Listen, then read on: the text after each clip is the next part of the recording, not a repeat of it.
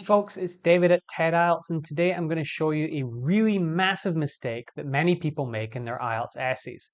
It's something really easy to avoid though, so hopefully by the end of this video, none of you will ever do this again. Right, let's jump in.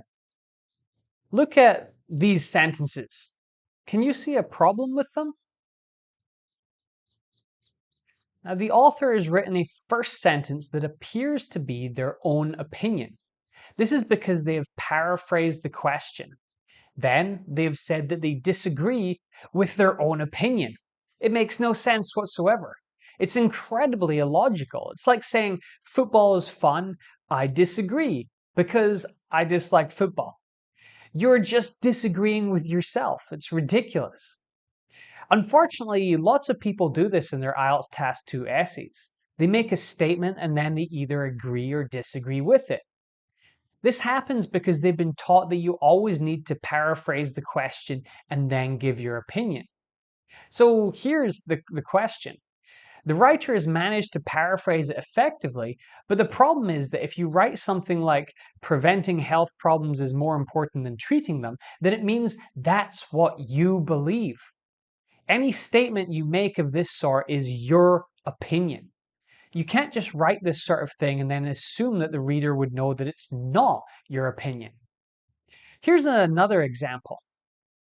All petrol-powered cars should be banned and replaced by electric ones. I agree with this statement.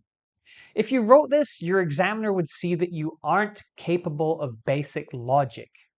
You've made a statement that is clearly your own, and then you've agreed with yourself.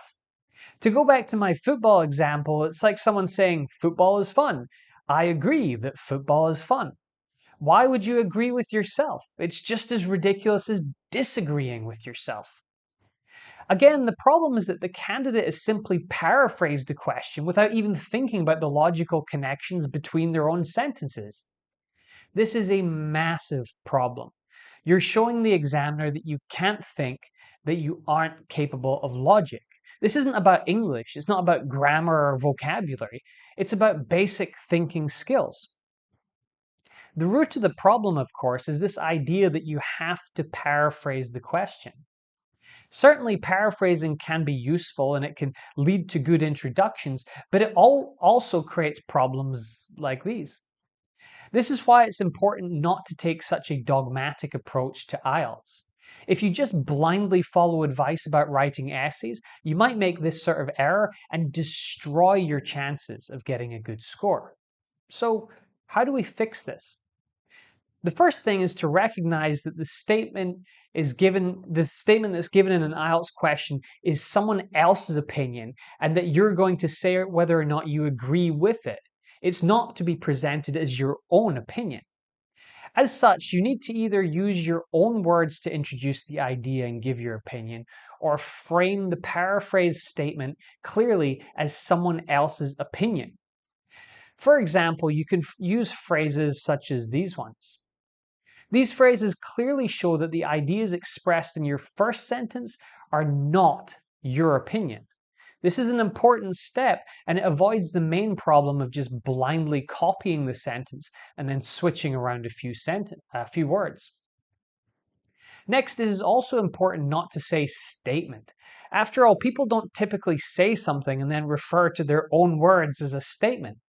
The statement is in the question, and you're not referring to that. You're discussing an idea and referring directly to your own words.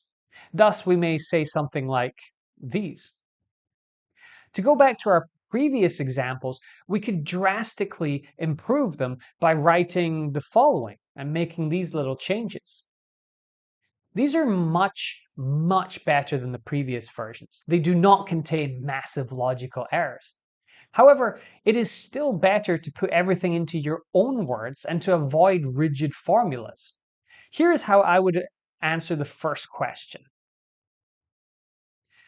I've begun with a very general statement that introduces the main idea. Then I've focused in on the specific point that is meant to be discussed. Finally, I've said, this essay will argue that, and given my opinion. This avoids the problem of faulty referencing and bad paraphrasing. For the second essay, I would write this. Again, it starts with a general overview that nicely introduces the main issue, then becomes more focused in the next sentence. I've offered my opinion independent of that in the third sentence. Now, there are lots of different ways to write an effective introduction to an IELTS Writing Task 2 essay. I have a whole guide to that on my website, and I'll put a link to that in the description down below. The important thing is to use language accurately and express ideas logically. And there's no secret to this. Okay, that's all for today. Just remember, if you make a statement in your essay, then it is your statement. If you agree or disagree with that, it is a big logical problem, so you need to find another way to express your ideas and give your opinion.